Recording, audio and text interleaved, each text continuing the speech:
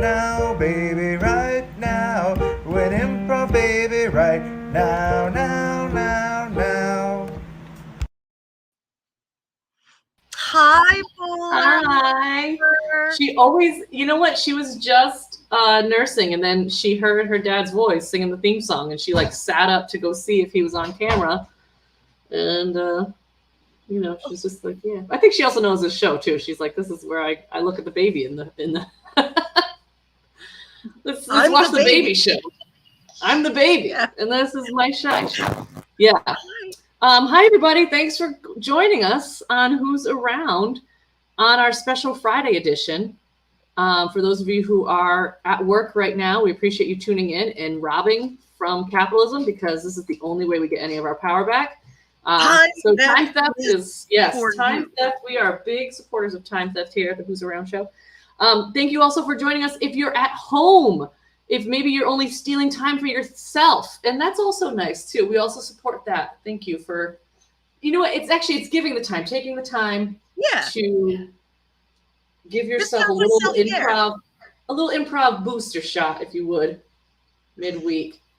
So Pig is back live having shows, and Pig's first set of shows was this past weekend on Saturday. I had my first show back in over 2 years, I think. No, a year and a half? I don't know. When was my last show? 2020 of March, I think? Over a year. 18 months? 19? So first show back in that long, and it was awesome to be back on stage. It was amazing. The shows we had full houses, sold out shows, both sets. You were in the audience, LG. I was going to try to put a video up of like the first show back, and then I was like, that's on, if you didn't see it live, it was on, I think Jay Bird put it on streamed on YouTube. Streamed on YouTube. Yeah. Yes. Thank you, Dan Coughlin. It was hilarious. Can confirm. And Chloe coming in with the dates. I'm going to tell you something. Here's something you all may not know. Those of you at home know about Chloe. If you need a date remembered, talk to Chloe over here, because you have the best memory for dates, Chloe, I've ever. I don't know. Maybe because dates escape me. I'm so impressed, but I think you're like so good at remembering dates. She knows everyone's birthday. You can ask her. She'll tell you anybody. I'm afraid now that because of that information, she has surreptitiously garnered my PIN number. So we're going to take this off the screen. She absolutely, she knows all my pins. She's great. If you forget a password, you're like, Chloe, what's this? I'm at the ATM, texting my pen. She's very helpful. Very helpful. She's very spirited, actually. I wonder if that's is that still? I mean that in like a good way, not like the euphemism that men used to say, like, oh, she's got spirit. I mean that like in like, I love her spirit. I see. Yes. And what a good transition to this week's pun theme. That was so smooth. You didn't even know. It was almost like just rolled off the tongue, not at all shoehorned. This week's pun is spirit. Why? Because this week's theme is Spirit Day. But before we explain Thursday, I actually want to bring out our guest, because our guest is a spirit provider also. No, we're not doing this right. But everybody, please welcome Max Ring. They're joining us today. You can bring it out. Yes. Yay. Hello. Yay. I'm a spirit provider. You're a spirit provider. Real quick story. Bagley and I went to go get gas. We were in a car, stopped at the gas station, kind of near my house. And he was like, oh yeah, while I'm getting gas, like look up the map to whatever. Well, I don't even remember where we're going, but I was like, okay, look at the map. Mm-hmm. But I turn on the map function, and I see very close to the gas station we were at, Rhode Island Paranormal Academy. So of course, I light up, and I have to research this because I'm like, I need to know more. And not a very active website, I want to say. Their website was more active in like 2011 than it was now in 2021. Mm-hmm. But apparently a place where you can learn to investigate for paranormal activity in Rhode Island. It does seem to be like a person's house. I love that. So, just a hot tip out there. It was. I will only Speaking use of Spirited. services based out of people's houses in Rhode Island if they are advertising to me using different lettered fonts of those mailbox number and letter combinations. Oh, those are good. Those are great. That Those are tells me super that this fun. person is licensed and has insurance. Yeah. Oh, Roy Drew wasn't at the show, but was with us in spirit. Hey, I felt it, Roy. All right, I felt it. The spirits. Say boo. It So- was absolutely This is great. incredible. Just I did not perform and I was not brave enough to jam, so hopefully I will next time. It was just being in the audience was absolutely incredible. I don't know, I felt special feelings in my heart parts and in the the deep cockles of my heart where laughter Oh, lives. cockles of the heart. I'm sorry. I thought you were going deeper than that. My bad. I thought you were going for groin. I thought you were going for groin. I was trying to finish your sentence like we do in that romantic way. I mean, if we're talking about Spirit Day and I mean, we can go. I just took the packing graphic off of StreamYard if you wanted to go that far. So Spirit Day, those of you at home don't know what we're talking about. We are obviously making this a little bit of a ghost pun, but that has nothing to do with Spirit Day that we're talking about. So Spirit Day is something I found out actually today. It was yesterday though. The actual day was yesterday, I believe. It was yesterday. It's the third Thursday in October, which I totally didn't know. I'm now recognizing that what I thought was Spirit Day might be a different thing, or it has evolved since I remember it in high school. But it's a thing from GLAAD, which is GLAAD, and it's like an anti-bullying campaign, and they it's specifically for people in school, but I think that it's pretty cool for everybody.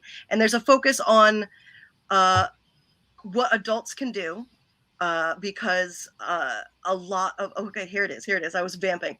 What is Spirit Day?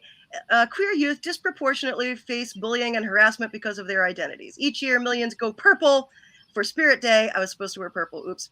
To support LGBTQ plus youth in a united stand against bullying. Pledging to go purple on Spirit Day is a way for everyone, blah, blah, blah, capitalism, blah, blah, blah, parents, classmates, and friends to visibly show solidarity with youth and to take part in the largest, most visible anti-bullying, queer anti-bullying campaign in the world. So I thought that was pretty cool.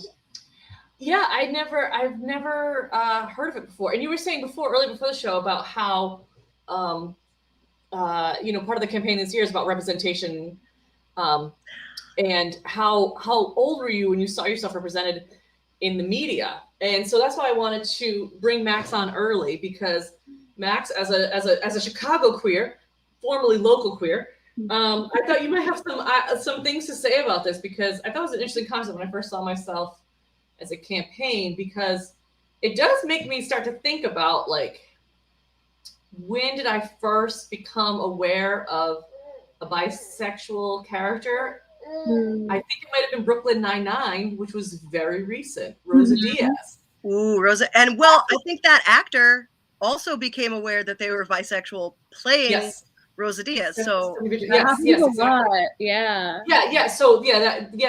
So she's bi, her character's bi. It's like, it's great, which is good, which is like you want roles to be played by the person who actually has that identity, which is something also, as growing up as an actor, I didn't. So you're not trained as that, acting years ago used to be like, well, if you're an actor, you're supposed to play any role, and then it was all like able-bodied white people who got every single straight specifically, and almost always even blonde specifically, it's like not even, got every single role, and that was like something. And I know, even as myself, just as a comedian, the first time I saw myself, like the Ghostbusters revamp, the all-female Ghostbusters, that I remember crying in that movie, because that was the first time I saw myself as a comedian being in a big budget film and actually being taken seriously, like actually getting up. Because even Bridesmaids was like bashed immediately, because it's like, oh, it's just women comedy, you know what I mean? Like, which so are I know those two for me, but that's like, I don't know. I was trying to think of something. I was like, this got to be something when I was a kid, and Ellen? Natty Dan. Maybe Not- that's why I watched so much Ellen as a child. I watched so much I did not Ellen. know that I was like a lesbian for a while, and maybe that's why I watched a lot of Ellen, because I was like, she's just fun. I just like her suits and her dancing. She's really funny. Well, Yeah. I mean, there is some Now of I that. don't really like Ellen, but you know. She's on. I want everybody to see how gay my list is, and yeah. how Can you read some of them? Because I can't quite see them with my prescription that I got in right now. I wanted. There's okay. I have Leah Delaria on here because I knew that we were having Max, and that they are. She is a big fat butch funny lady, history making. Yeah. Funny. That was the one that I was gonna say, because like even before I knew that I was like any type of like butch or anything, I was like, oh, a fat gay character, because I feel like you don't see that a lot. You don't see fat people ever. No, you don't see fat people. Fat people aren't real. Apparently, They don't exist. No, yeah. Or if there are like fat characters, they're like a little bit chubby and they're more like straight sized, and you're just kind of like, this is like a normal person, but everyone else is skinny, so they're like, you're the fat one, and it's like, yeah, they're I'm like, these people are not fat. Like, I'm fatter than this person. yeah, and it's just But Wait, yeah. your brother met Leah Delaria in a bookstore, Chloe? whoa. Ooh. I would love to. Okay, friend of the show, never watched the show, but friend JJ, who worked with Leah Delaria on Orange is the New Black. Oh yeah, because he was like the forklift operator in that episode. That was crazy when I saw that. I was living with him at the time and saw him on. It was like, you are on the TV and in. JJ's had some weird roles. Like you never know when you're gonna suddenly see JJ like on TV. You're like, is that JJ? That is JJ. Yeah. I know, LG, before the show, we're talking about Kim Possible. So I see Kim Possible in a lot of like queer memes as like first early representation. I never watched the show, so I don't really, I get it in theory, but I don't really appreciate the effect. We had Clarissa Explains It All, but she wasn't actually like, there was no, the only person that was out was Ellen was the first person out in like any kind of meaningful way. And I know Ellen's problematic now, we know. Yeah. But Friends with George W. Not doesn't treat her like, staff well. Friends with George W.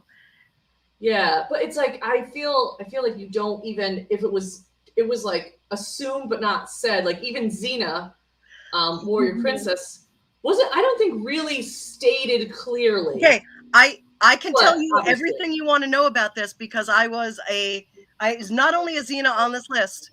Okay, there's so many. Okay, there are so many like fake. There were 2 fake kisses on Xena that were not really counted as lesbian kisses on early 90s television because they were like, ooh, it's the kiss of life.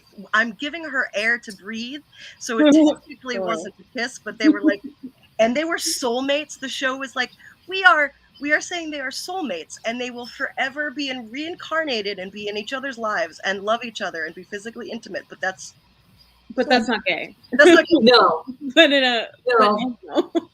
Max, I don't think you get how it works. That's very different. That's very different. Oh, okay. Really, Crystal on Soap might be for me too, Roy, because that's the first time I can remember my parents talking about gay people in a funny way.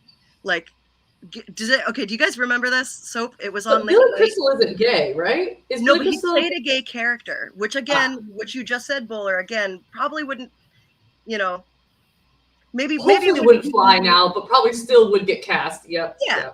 Richard Pryor in all of the comedian, the Turfy comedian, the most recent Turfy comedians stuff that has come out. I am reminded that Richard Pryor was bisexual.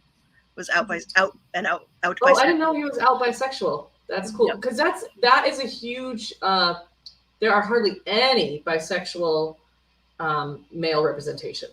Yeah, that's like, and people of color and any sort of I almost said alternative lifestyle, which is my own internalized homophobia, transphobia. My lifestyle is not alternative because it's a lifestyle. It's not a lifestyle. LG, what are you doing? The alternative. Because there's not an alternative for you. You know, because I guess alternative implies like you're like, well, I choose this one as opposed to like this is the lifestyle. There are no alternative lifestyles. Is the lifestyle. Yeah. This is just I see Kissing Jessica Stein. I see Kissing Jessica Stein, and that was a really movie. I remember Better Than Chocolate was also in like. I was just talking about Roy Drew talking about Billy Crystal on Soap was like gay and also treated as a human for like the first time, and it's like, oh wow, not very long ago, but that was like a big turning point, you know. It's good stuff, and we had some really questionable stuff as kids, and now I'm thinking like, oh, you're right, that wasn't that long ago as kids. And there's still really not, I mean, like, because like LG, you asked me like when you messaged me, you were like, think of like when was the first time like you saw it yourself. And like ever since I like actually like came out as like a trans masc person and like just like fully came into that identity, I don't think I've ever really seen anybody that fully matches who I am ever on anything. The closest that I could get was like Leah Delaria because like she's butch, but she's still a cis woman. But that's like what I look like. So it was close, but it still wasn't my transness. And so like, it's even really hard to find like anybody that is like any type, like, I mean, you can find trans women everywhere because of hypervisibility, and that's like a double-edged sword, and that sucks. Because also like trans women are just represented as like kind of like drag queens all the time, and that's terrible. But like trans men or trans masc people are just like nowhere.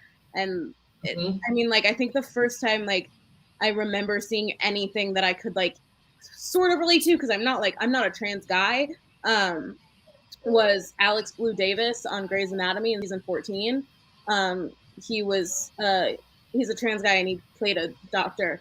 And I was like, oh my God, like an actual trans guy, like playing a like trans masc person and like on a mainstream TV show. And I like cried about it, but it still wasn't like who I am. Cause like non-binary people are so often like played by women with short hair or something. Like it's not like the identities never like intersect correctly. So like, it's just representation is such a strange thing. And like, it's very weird that like sometimes I see myself more in like we were watching School of Rock the other day and I was like, why do I see myself in Jack Black more than like an actual queer person sometimes? Yeah, you know, like recast now.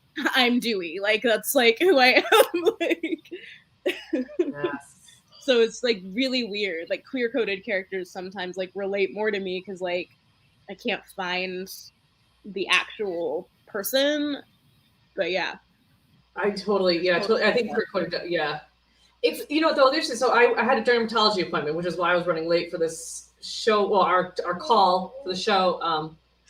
And on the fill out form was what gender were you assigned at birth? And then what gender do you identify with now? Which I was like, hey, that's good. The language within the gender now was a bit dated because it was like, are you like male, female? Then it was like trans female, which is like, female who has transitioned into being a male, like, and it was like, So like, and then they also have other gender specifications, please, or like other gender, please specify, or something like that. So it's like, okay, so at the very least, the form understood that you're going to get assigned male or female at birth, and then what do you identify with now? And it felt like I was like, ooh, better. Yes, because you never see that. Almost there, just so close. And and I'm trying to remember to hold compassion for people's efforts to get closer to the right way of doing things, but then also like it was hard for me not to like write on the form like, okay, let's just update this. I've done that. I've had Yeah, that. yeah. Too. I've created And a separate box when there hasn't been a box because I refuse to like just make myself be female on stuff. Yeah. It just makes me angry. Which you can't do online, but like if it's a paper form, I'll write it down. You can write it down. You can write it down. How many times I do a lot of like, because you'll see on forums like he/she, and I'm just like cross out. It's just they. Just put they. Just put they. It's so much Yes, less yes. clumsy too. Like, why do you go out of your way to like be annoying? Why do you go out of your way to be annoying? Every time I see someone post like he/she, I just like I scream almost out loud like every time, like they, just do the singular they. I remember having arguments about this with my English teachers in high school before I even knew. Like, I was just like, isn't it just easier? And like, aren't there more genders than just he or she? And that was even before I knew anything about anything. I barely even knew the difference between a trans man and a trans woman. I was so confused. Like, I bet you were representation for someone else in your class in that moment. I hope so.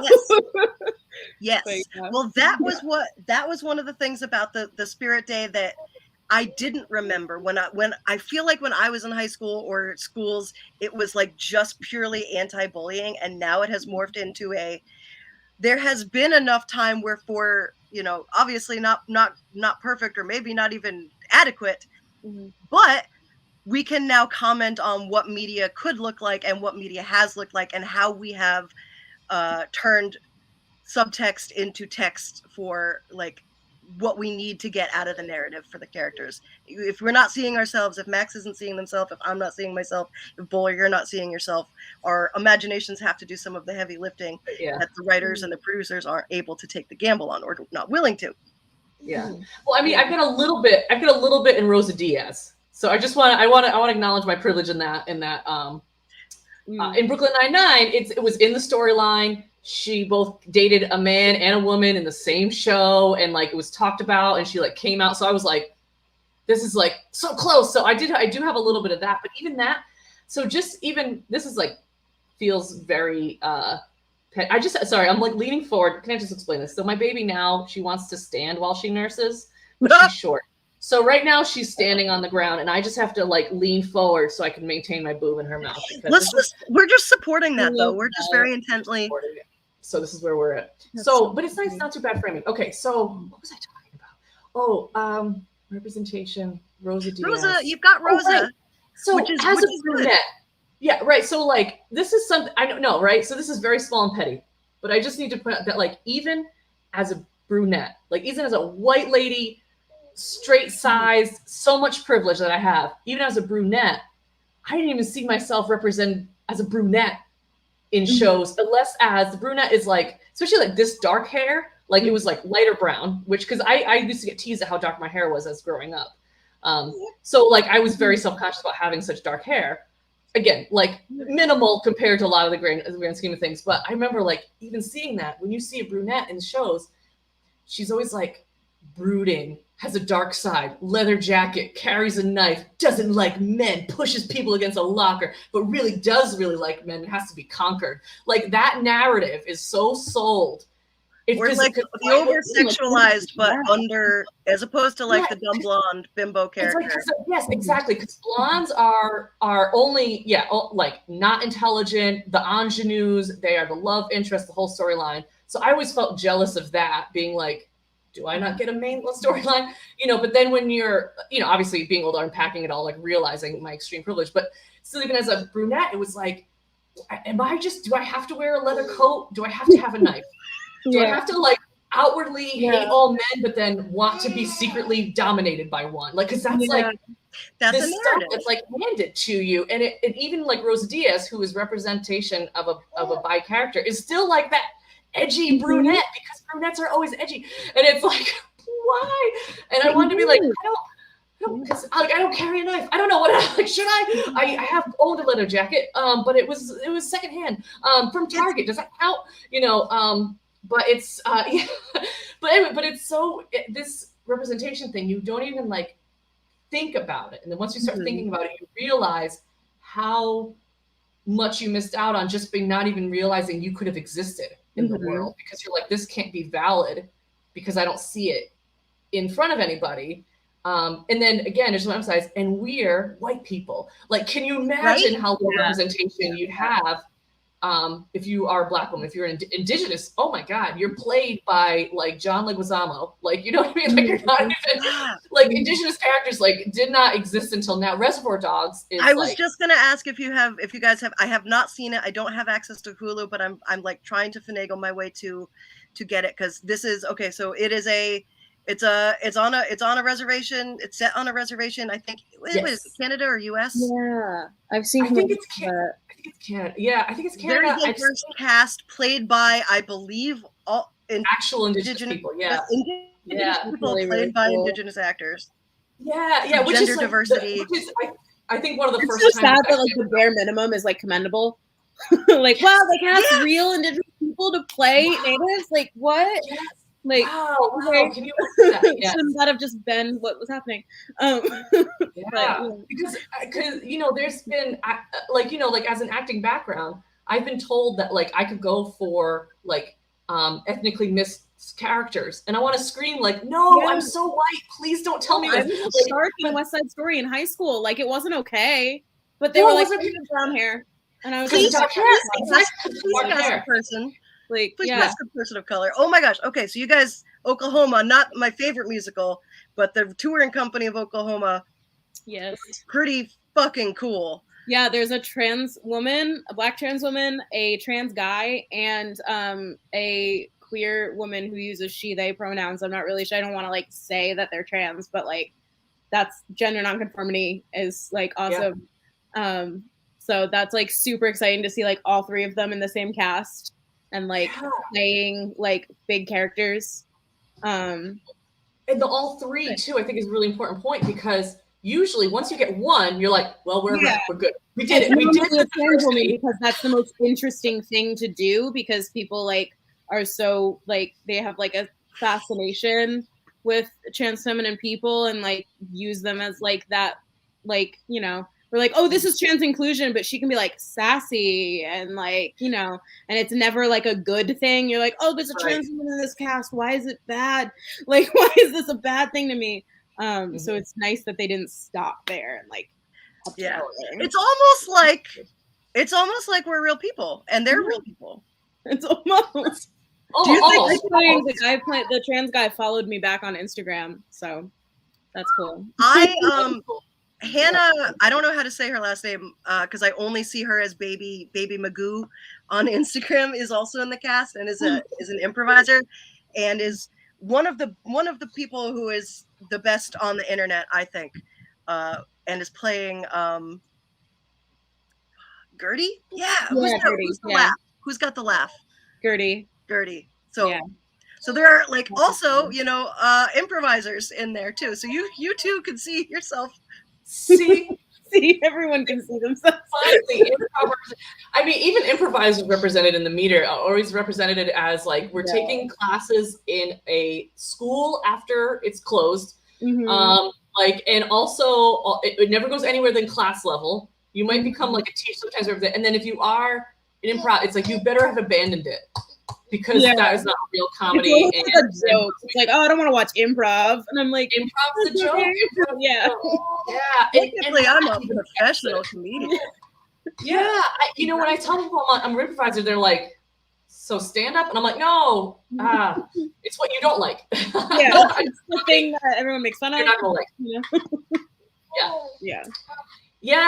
It's just as I know. And again, it's like, it's so small and compared to like, bigger picture stuff, and at the same time it does make a huge difference, because you know, when I talk to people like, oh, what do you do? I always just say comedian, because it's easier than saying improv comedian, because if I say improviser, they're like jazz, and I'm like, oh, you know, or like you don't work. Like you're not work. You don't have a job, and I'm like, well, kind of true, but that's not the point.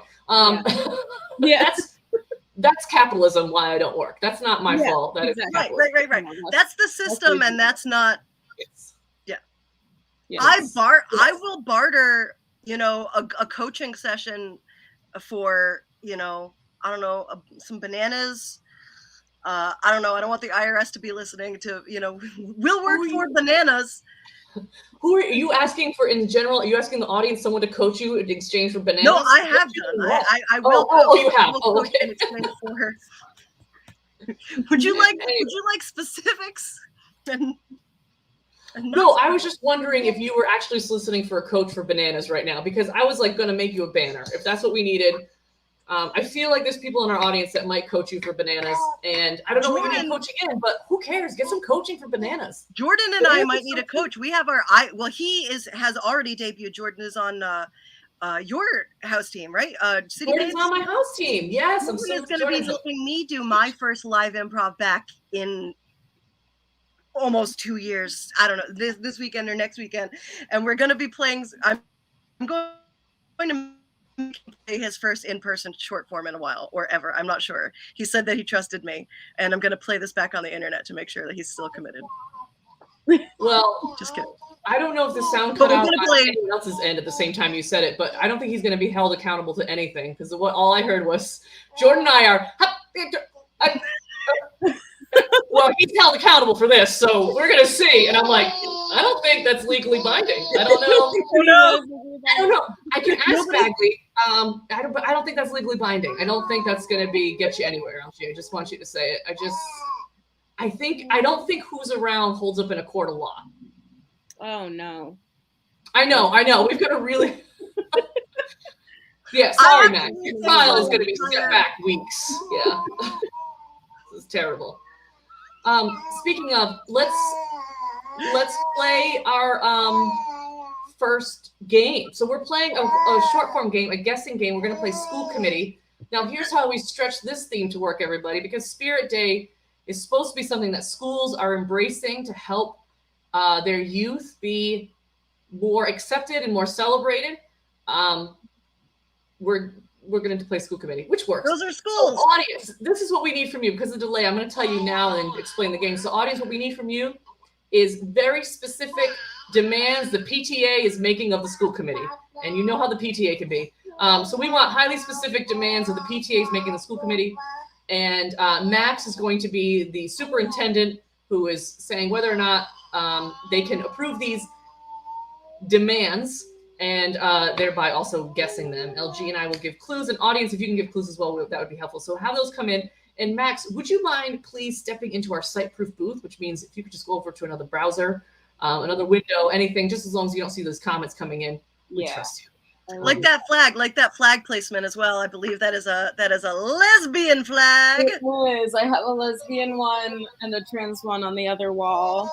So that's. Oh yeah. There we go. So yeah, I can't see anything, so I don't even know what I just showed you. I hope I showed you the trans. You did. You totally did. It was perfect. It was utterly perfect. It was like as if it was plugged in there on purpose. That was actually great. I'm looking at my email. No, you're good. Yeah, check your email. Check your email. We're gonna keep bantering as we're just waiting for audience to catch up. This always is a little delay.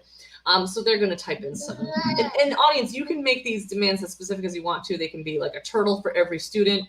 You can demand a quart of gasoline free for every parent who registers their children. Anything you want to be. I'm just thinking about stuff I would want. Related, I'm going to tell you a little story this morning about and why the I'm Around Now got an email from my son's school fundraiser. So here's the funny thing about school fundraisers. So now school fundraisers, some of them are like, give us a check, please. We're the PTA. Some of them are MLMs. And they are, or at least feels like, they are like, your kid gets sent home with like a freaking catalog of overpriced magazines, candles, gift wrap, like all sorts of things. They're like, hey, buy this. For each one you buy, the school earns like 25 cents. You're like, I'd rather just give the school, I'm being hyperbolic on all these things. But the first step, right? So yesterday he comes home from school. He's like, I didn't get a prize in my class. I went to prizes. And I'm like, all right, that's cool. What's this? So we go investigate the school fundraiser. Apparently, if you register your child, they automatically get a prize. No participation needed, right? So I'm like, okay, let's do it up. So on the phone, but the only no participation needed is you have to write down 6 email addresses of people they can contact to help raise money for the school, right? And I was like, are you serious? So I put down my two personal email addresses, the email address of the show, Luke's dad, his grandma, and then Bagley. And I was like, please just ignore these. I do not believe in it. Like, I opened up the first thing and it was a cooking magazine for $27, $27 for a cooking magazine. And I was like, how much does the school get? If the school was getting 25 of that $27, I'd be like, let's do this. Great. How much are they getting? 25. I don't even know. Well, they also have a link. They're like, you can also spend money at Target and the school is going to get this. It's like percentage, but you could also just donate $30 to the classroom teacher and that would go directly to the classroom teacher. I was like, that's the way to go. So I just did that because I was like, I'd rather the teacher get a gift card and my son not have some sort of like sloth-shaped tchotchke that is just going to be in the trash in a few weeks. And like, what? The school gets $2 now. Okay, so we've got some suggestions here. I'm going to pick the two of them. Oh, you got? I'm picking definitely this one. Fine. Yeah, I think it's perfectly fine that the school is requiring people to fund it, and that the kids are in competition in order to get stuff based on who can spend the most money. That's totally fine. Everything's fine. Look at this. This is going to make things better. Yeah, this is going to be one of our school committee demands for sure. And then I just there was two right in a row. Oh yeah. The second one that I think is also really great. So those will be our two demands. So audience, if you could add a little stream of emojis so we can bring Max back from our site-proof booth, we'd appreciate it. Max, hold on tight. A couple more minutes. We'll let you know when you come back, when all these things can no longer be seen. Yeah, these could you also, I don't know if you could hear any of that. The baby's just like, I sing now. I could hear it. I could hear it. It sounded a little bit like Ursula from The Little Mermaid, which I also realized might be one of the first times I saw myself represented in media. That's a good one. Oh, yeah, Ursula, who was based off of Divine, the drag queen. I'm also, I just want to, while we're waiting for the emojis to flood, things that I remember seeing myself represented in. But I'm a cheerleader. Xena, Lord of the Rings, Ripley in the Alien movies, Ivan Coyote, The Secret World of Alex Mack, Kittredge, the American doll Kittredge. Yeah. Gina Gershon, but I'm not going to tell you which movie. Vincent Price, Ladybugs, just one of the guys. And that guy from the animated Atlantis with the hair, with the blonde. Yeah. Blonde. See? Look at all those emoji. All right, we're ready. Okay, we're ready. Come on back from our site-proof booth. Cool. I'm just going to go on record as saying the hardest people who have it hardest are brunettes. White brunettes have it the hardest. Yes, it's really. I want the quotes to be cherry picked off of this, and then it's going to be. There goes my reputation. Could you say it one more time? And again, it's the wealthiest of those that are the wealthiest, heterosexual, straight-sized white brunettes have it so hard. Milo. Yeah. Mm-hmm. Milo, maybe. Yeah. Okay. Well, you so run for office, Bowler. I just want to put that out there right now. I'm going to run for office. You think so? Yeah. You know, you and bisexual lesbian bisexual legend Senator Kirsten Sinema.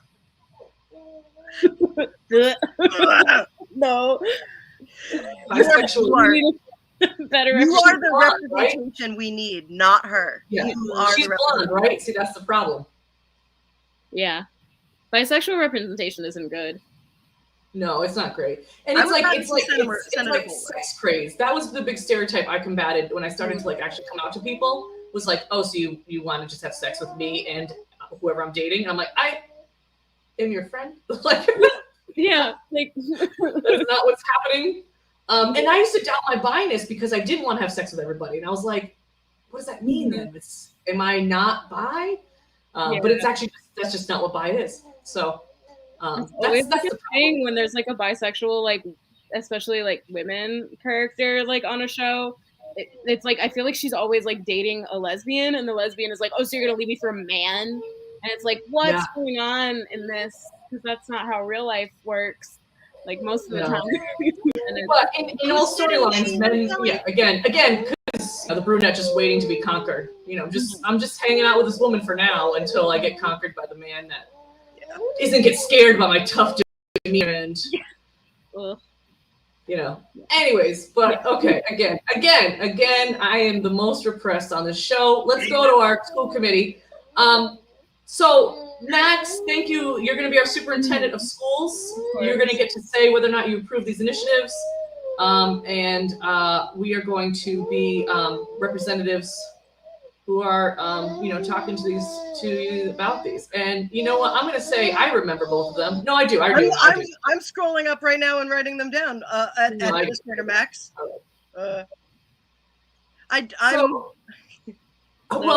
So Superintendent Max, I have a question for you about this new initiative.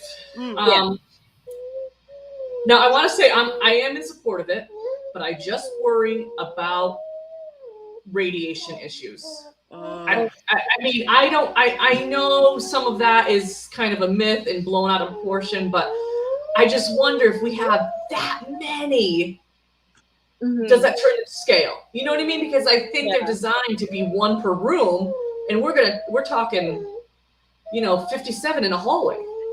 At least. Yeah. No, that is a lot. But I think if we have more microwaves, then it's gonna be faster to cook things. You can eat on the go. I hear that. I hear that. It will be faster to cook things for sure.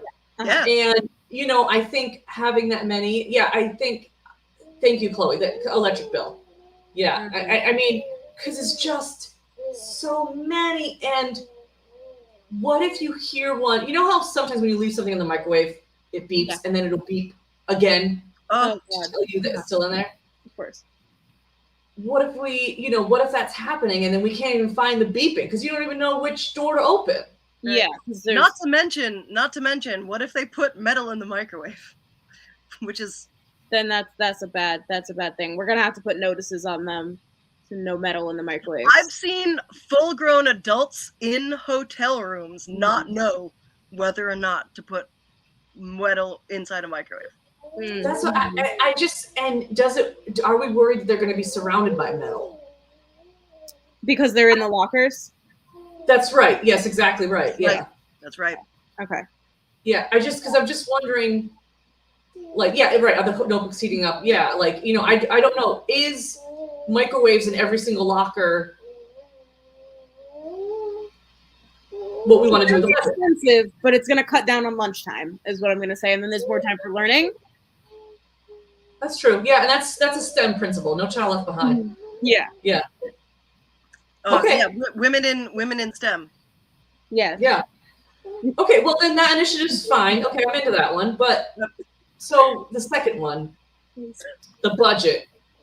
The budget on the plane rides alone. Greta is not going to be happy. Greta. Yeah, the environment girl.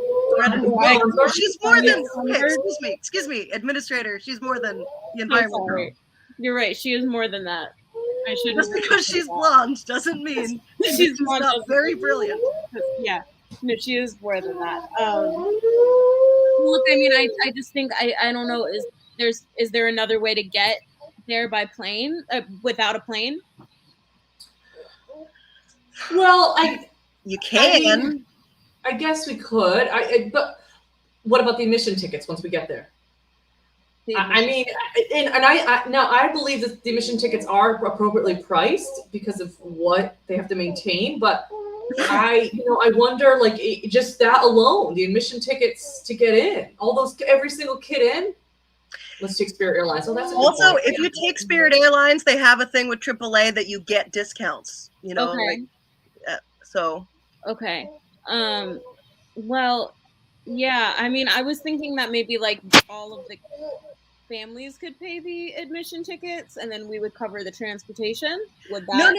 No. Because when everybody went to the Super Bowl last year that it was available, the sports parents didn't have to pay for that trip. Oh, school paid for that trip. The sports don't have to pay for anything. Sports never have to pay. That's just in the budget. Is that sports we cover because sports matter more? right? In school. That's a science fact. People in sports are less likely to commit crimes, to have awful peer pressure situations. There's no hazing in sports. There's no violent incidences in sports. Sports There's no teaches kids long-term medical issues or no long-term medical behavioral, issues in psychological, sports. interpersonal. Yeah. No, right. So, and definitely a lack of rape culture in sports. So that's not the issue. But I think for us, I feel like, yeah, I mean, the children do love Da Vinci. Mhm. I guess what I'm worried about is how often, too. That You know, was art museum. I think, you know, because you've got to fly there. You've got, the whole place takes a while to get through. It does. It's I like know people the who have Louvre is taken multiple. huge. It's huge. I mean, that's it. I know people have taken multiple days to explore the whole thing. Yeah. You go in one day, you get as much as you can, you get a few wings done, go out, go back in, get a few more wings done. Yeah, it's an experience. It's an experience. Solve a Dan Brown novel in one. You know, just Yeah. Right. So And I mean, cut down the frequency of how often we want to go to the Louvre. yeah. I think, I mean, because I love the idea of bringing the children to the Louvre, you know, I think that's really fun, but this often throughout the year? Yeah. First of all, we only have 2 semesters, so how are you going to try to? What are we doing here? I mean, I think monthly is a little bit too much. Yeah, nobody said anything about monthly. Let's not even get into that yet. Okay. No. So I mean, I guess we could. Is we were gonna go there less than monthly? It's been a while. Less than monthly. Like I feel like 4 months would be not frequent enough. 2 months, too frequent. Every 3 months. Yeah. Yeah. Is there like a tidier way that we could say that it looked fancier when we like apply for grants that will inevitably pay for this? Let me do the math in my head really quick. Like while you're figuring out the math, quarterly? I was just, what's that? Quarterly? Yes, that's right. Yes. Yeah. I mean, going to the Louvre quarterly is like, it's a lot, but maybe it is worth it. I mean, maybe just twice a year. And if that's too much, maybe once a year. Oh. Okay, so twice? Twice a year is good, biannually? Does that mean every other year or twice a year? Or I wouldn't be able to tell you, because I'm really bad with numbers. Or it has sex with other museums. I don't know. All right, scene. I love Max on that one. You were like, every 3 months. Give me a minute, 1 second here. What would that be? Per se. It's like, oh no. I was just picturing you like counting that, be like 90 days. Okay, so 90 days divided by 365. Like, I don't know if you were taking a long way. That was great. Like, how many times does 3 go into 12? That's like what was happening in my. It was like really low level math that was happening. I see. No, you're just like straightforward. Okay. No, I would never. Bigger numbers are harder. So. I don't remember a lot of math. I had a 98th percentile on the math section of the GED. Wow. Which allegedly means I did better than 98% of the test takers. Yeah. I don't remember how to math. Oh, I'm not. Math was never for me. Math is so much more like a language. If you don't maintain it, it's really, really hard to keep it up. Because I used to be a math tutor a little while at Sylvan Learning Center. And when I was active with it, I was doing math from kindergarten to like calculus, like on the regular, and it was like easy and like it was no problem. But now, if you were like 3 months into 12, I'd be like, yeah, you just yeah. But when I was doing it every day, you could ask me any multiplication table. I was like this, like I knew it was cosine tan. Well, I'm like I couldn't even. I know they have to do it graphing, but like, those like cosine formulas, like sine, cosine, tangent. I don't remember it. I don't know. I was also remember the Pythagorean theorem. Yeah, that one's more math. I hear you. You know what? So I'm one of those outliers that actually is into Common Core math. because here's my rationale is that I think it actually does a good job of teaching kids the why behind the math and not just the mechanics of the how, which I learn so much better if I understand the why things work out mathematically than if I understand, like, this is how you mechanically take one number and minus another one. Yeah. They're teaching the kids, like, why it works out like that. What?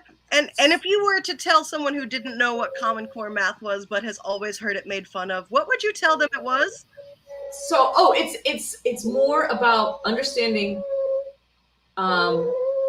It's a different way of teaching math. So instead of learning like vertical subtraction problems or whatever, like we used to write like one number and then the next number and then you will plus, minus, divide, whatever line, and then you'd solve it going down or whatever, or like the long division little like gate thing, So what Common Core does is that it teaches you more of the concept. So let's say if you're trying to figure out what 32 minus 15 is.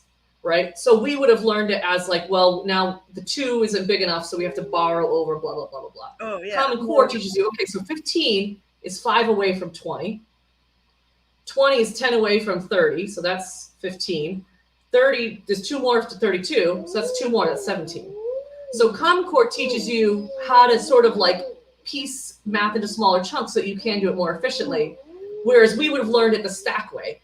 They're both going to get the same answer, 17. Oh, interesting. But Common Core to me is like a bit more about the, about the how or the why that works out like that, as opposed to like, this is how you do it. You borrow 1, you cross off the 3, you put a 2 here, and you would get the same number. But Common Core teaches it that way. So I like Common Core. That's what I would do in my head, but I've never heard that term.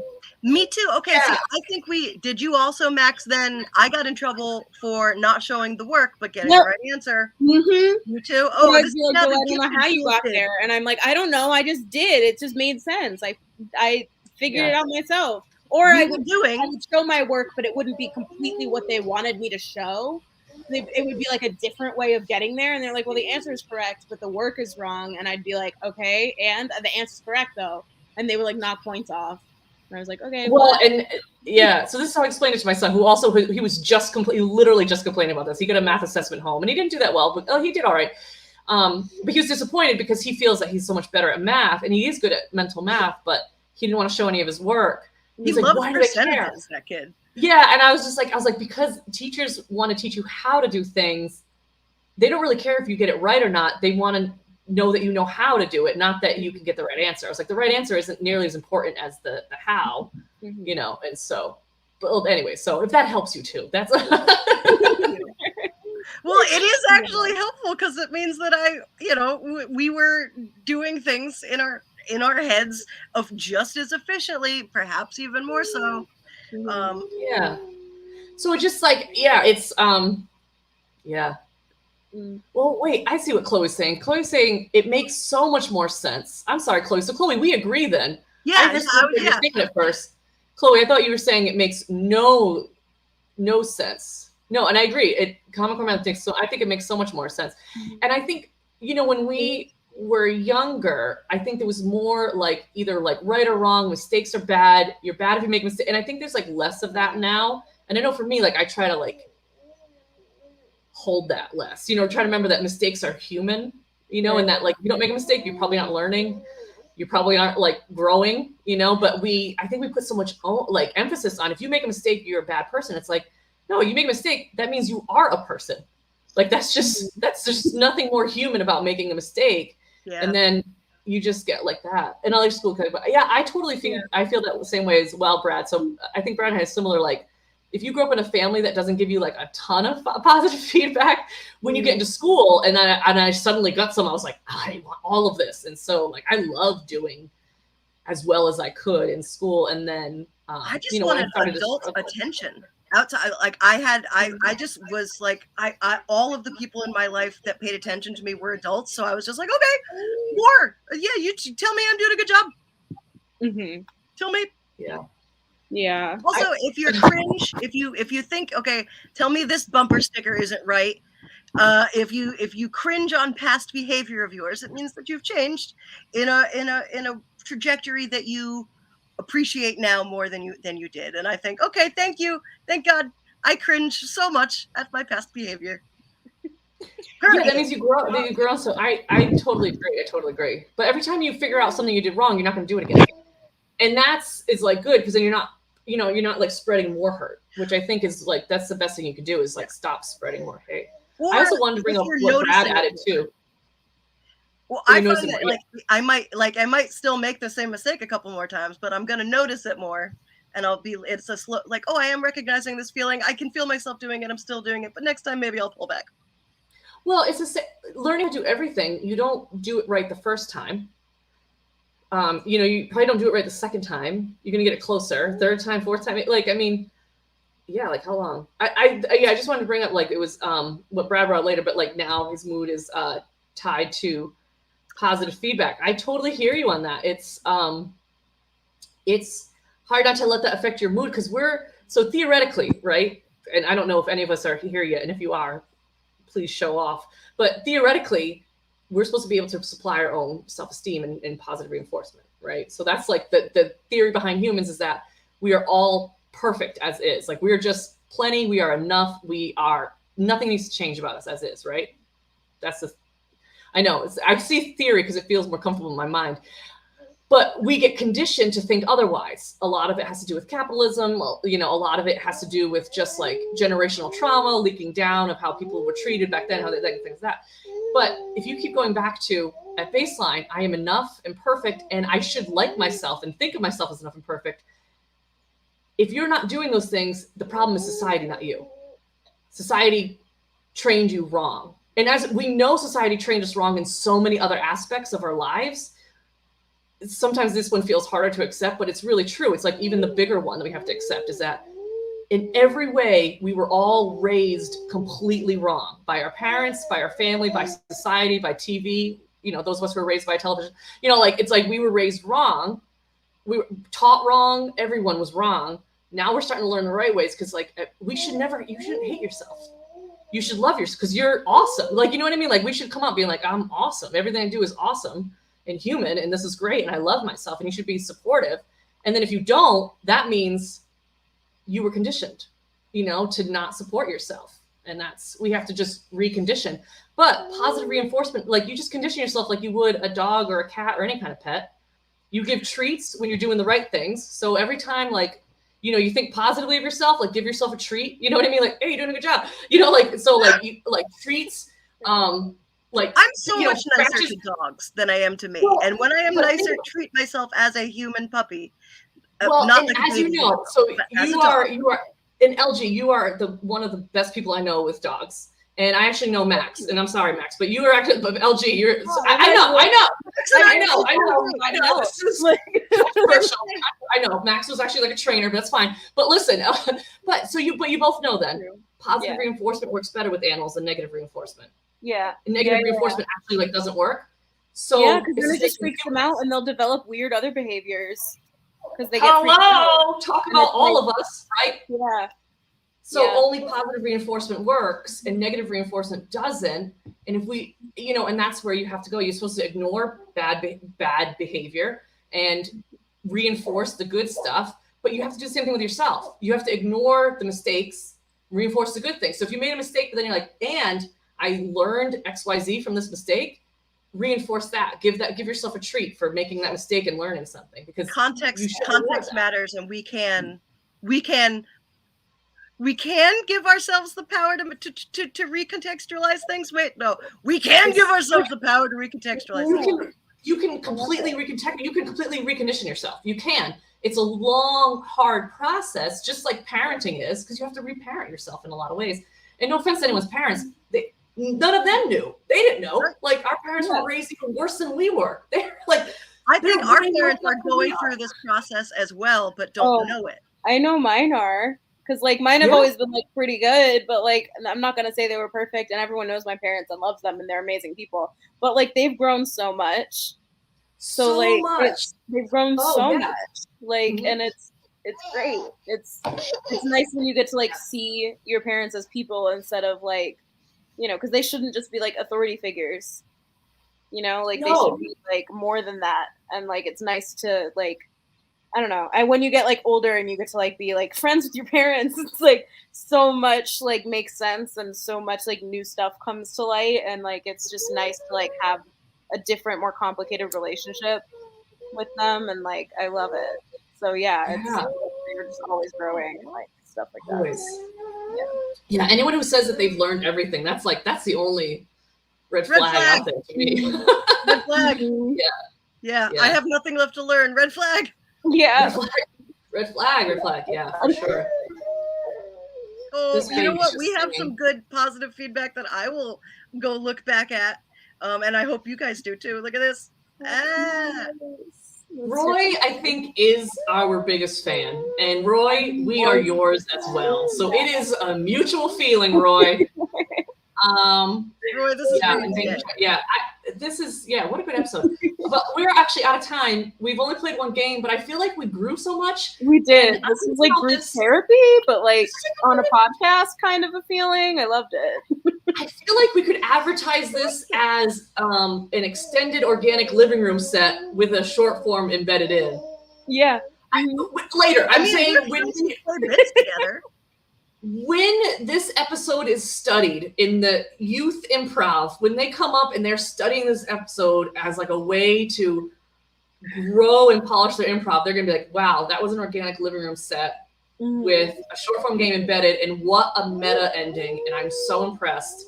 Anyways, Gone to Pee, BRB. Audience, thank you for joining us. We will be back next week, probably. I'm sure it'll be on Thursday, unless one of us figures out we have a conflict.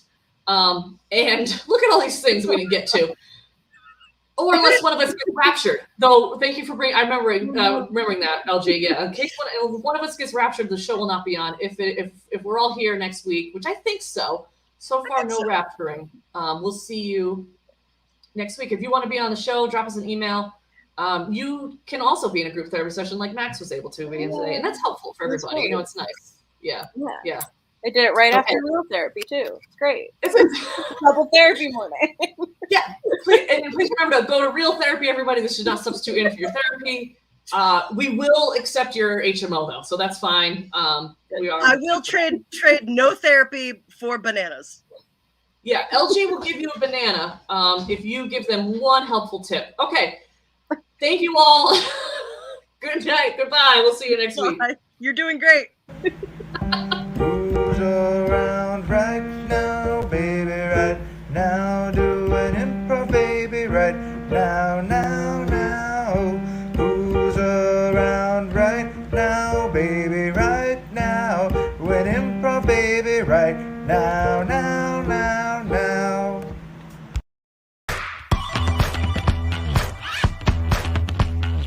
Very good. It's a story